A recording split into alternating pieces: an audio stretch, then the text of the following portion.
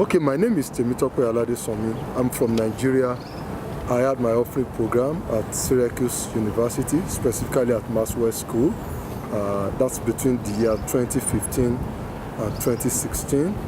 It was a good experience for me. And then I took a course, an advanced certificate in leadership and e-governance. And I'm Margaret Lane, and I direct the Humphrey Fellowship Program at Syracuse University. And we've had the program since 2009 and have had about 116 fellows so far. Wow. I'm Dee Moskoff. I was also at Maxwell School at Syracuse in 2013 to 2014, and I did my certificate in public administration and enjoyed all the conferences and offers that we had available to us. Okay, so for me, the Humphrey Fellowship is what I call an enabler, so what I call a multiplier. Through the Humphrey Fellowship, my hidden potentials was unleashed. So it provided for me, number one, education. So I earned an extra degree. But then beyond education, it provided for me a platform to network, to know people, to understand the American society. It will interest you that I come from a part of the world in Africa, we don't have snows. Mm-hmm. So it was in Syracuse for the very first time in my life that I saw snow. It may look or sound little, but it's a huge education for me.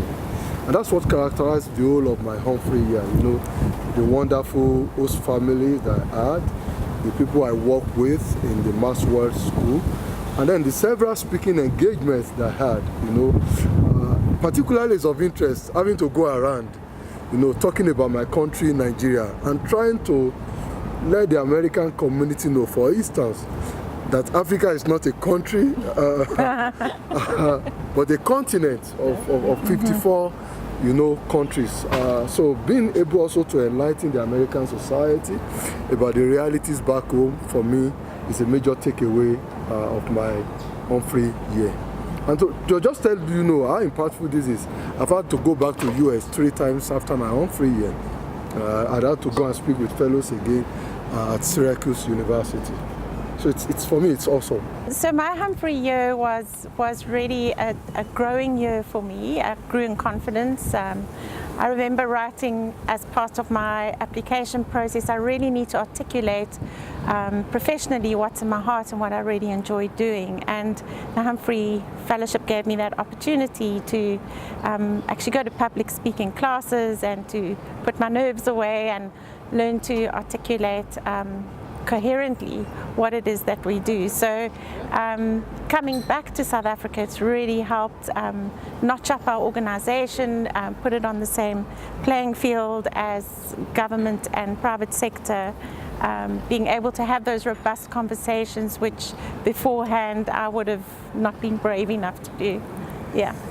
Let me just add this also. Yeah. And this is particularly important for me. Prior to my Humphrey year, again, I come from Africa. Time is not so much of importance to us. So before my Humphrey year, I think in months and in years.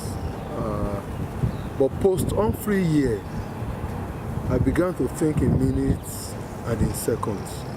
And that, for me, is a huge change in my thinking faculty. I agree with you there, because one of the compliments I received when I got back was, Dee, you're not on African time anymore. We're actually starting meetings on time and we're going places. So that was an American discipline which I brought home, and yeah. I know when we created the program, we hoped, or when we started running the program at Syracuse, we hoped that it would be very transformative for fellows. We hoped to provide experiences that would be rich experiences for all of you. And what I found out is that not only I hope is it transformative for you, but it's really transformative for the people in Syracuse. The kind of influences that you have on host families, on faculty members, on the staff of the Humphrey program is just phenomenal and long-lasting. Our faculty members are still talking about the research that many of you have done.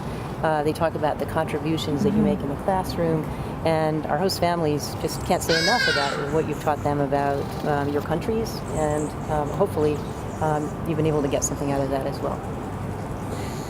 And on that, we've appreciated 5 students, interns coming over from Maxwell School to work with us in Connect Network in Cape Town, and it's really been helpful because not only have our staff had access to brilliant minds, they've also had access to on-the-ground real experiences in poverty situations in South Africa, and for each one of them they've gone back and said how it's enhanced their experiences in their studies and their career choices, and we remain in contact with all of them, you know, their family.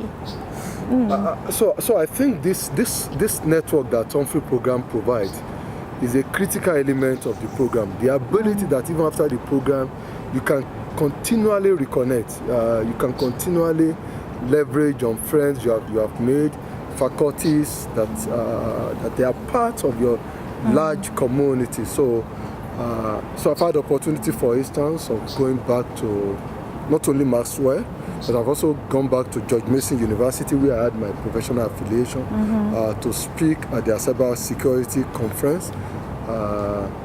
I've had to also invite 1 or 2 professors to speak, I bet virtually, in our programs back at home. So this kind of networking that the Humphrey program, you know, provides, for me, is a very critical element that we can't just take off. I think one of the things that we've talked about, maybe you remember this, I hope you do, is the Athenian Oath, which you may recall is engraved in the wall between the columns near the auditorium. And the essence of that, as you remember, is that we'll not transmit this city not only not less, but greater, better, and more beautiful than it was transmitted to us. And I think that exemplifies what happens in the Humphrey Fellowship Program. That not only do you leave Syracuse a better place while you're here, but also I hope that you do the same when you get home. Oh, we're already doing that anyway. So I can share 1 or 2 of my experiences post-Humphrey with you. Immediately I got back, I got appointed as a foundation member of African Academic Network on Internet Policy. That project is being at the initial stage sponsored by Google, and that for me is quite a big one, you know, being a part of a continental project that discusses for the very first time issues of data security and data privacy. Secondly, just early this year, I got a funding from the Public Affairs section of the Lagos Consulate in Nigeria to do what we call mobile app summer school. So we took some underprivileged girls from public schools in Nigeria. We gathered them together for a space of 3 weeks to teach them about coding. And I was amazed with the kind of platform that we are able to provide to those young students. One of them shared a testimony with us that program was her very first time of holding microphone. So we brought in girls that have not spoken to more than 2 people in their lives. We brought girls that will be able to reshape their orientation, to reshape the way they think, the way they do things. And the beauty of it is that now a few months after the program, I think we have about 34 of them now in our university. Now imagine that these students, they are living in a university town and they've never been to that university. You could imagine. So bringing them to the university was a huge, you know, agenda-setting thing for them, life-changing experience. And this again is made possible through the Humphrey Fellowship. Excellent. Yes, and on the university, on academia, it's also allowed us space with Stellenbosch University Business School. We're now on a working group to establish a non-profit leadership training track, postgraduate course for people working in the sector in South Africa. So hopefully it'll open up to the rest of Africa, but without the contacts at Maxwell, we would never have had that inroad. In fact, when Maxwell School and Margaret and the team encouraged me on to do my EMPA, it meant I had to come home and do 2 more courses at Stellenbosch School of Public Leadership, which got the foot in the door there, and it's looped back into now we're co-developing a course for non-profit leaders at actually the business school in Stellenbosch. So that's exciting. And taking it up from there, and I'm sure we're going to have something to do together again based on this, because I've just been appointed also as a faculty member of a university in my country where I've been asked to come and teach e-governance. Now, I had an advanced certificate in leadership and e-governance at Maxwell School, so I'm going to be leveraging on some of the teachings and the classes I had at Maxwell School, also to replicate it to this new school that have invited me to be a faculty. And I hope in one of my classes I will be able to get Margaret to talk virtually, and also how to also talk virtually to part of the students. Maxwell is particularly unique in the fact that it combines policy, public policy, and technology. So you're going to get 2 set of people emanating from Maxwell. So you have people who for me, technology background, but now they've inducted me also into the public policy space. And don't forget that public policy is at the root of good governance. So if you say, in Nigeria that governance is a major challenge, then you need to begin to talk of public service. And driving public service is public policy. And that's where Maxwell deserves a thumbs up. All right. And I think to complement that is I didn't choose the public service route.